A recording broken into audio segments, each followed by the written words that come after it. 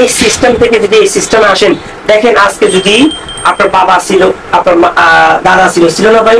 আমরা যদি দুই জন্মের একটা হিসাব করি, তাহলে কেরকম হিসাবে দেখেন, আমি মনে করি আপনার দাদা ফসল প্রতি বছরে আপনার পরিবারে কি 1 লাখ টাকার প্রোডাক্ট লাগে নাই?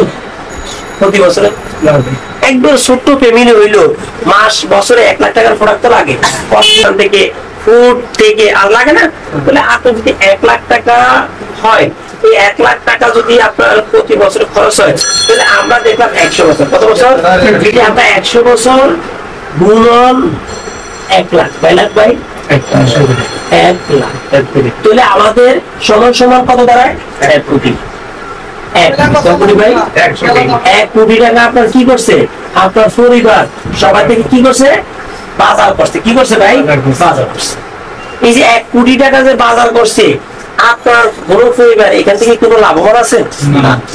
দেখেন, যদি ট্রেডিশনাল সিস্টেমে ছাড়া যদি ডাইরেক্ট সেলিং এ উনি বাজার করতো, তাহলে ওনার ফ্যামিলিতে লাভবান কত হইতো?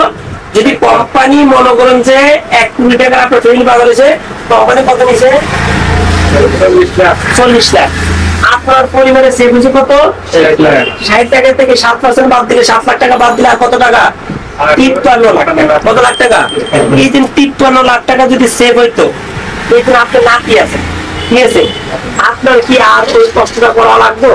তাহলে ডাইরেক্ট সেলিং এর মার্কেটিং এর সিস্টেমে আজকের থেকে যদি আপনি জয়েনিং এ থেকে আপনি বাজার করেন, আপনার পরের জন্ম যেই ওয়ারিশা আসবে তারা কি আলাকে অর্থনৈতিকভাবে তাদের আর টেনশন। এই জন্য আপনার দাদা যে ভুলটা করছে, আপনার বাবা যেটা ভুলটা করছে, আপনি কি ভুলটা করতে চান? না, সেগুলো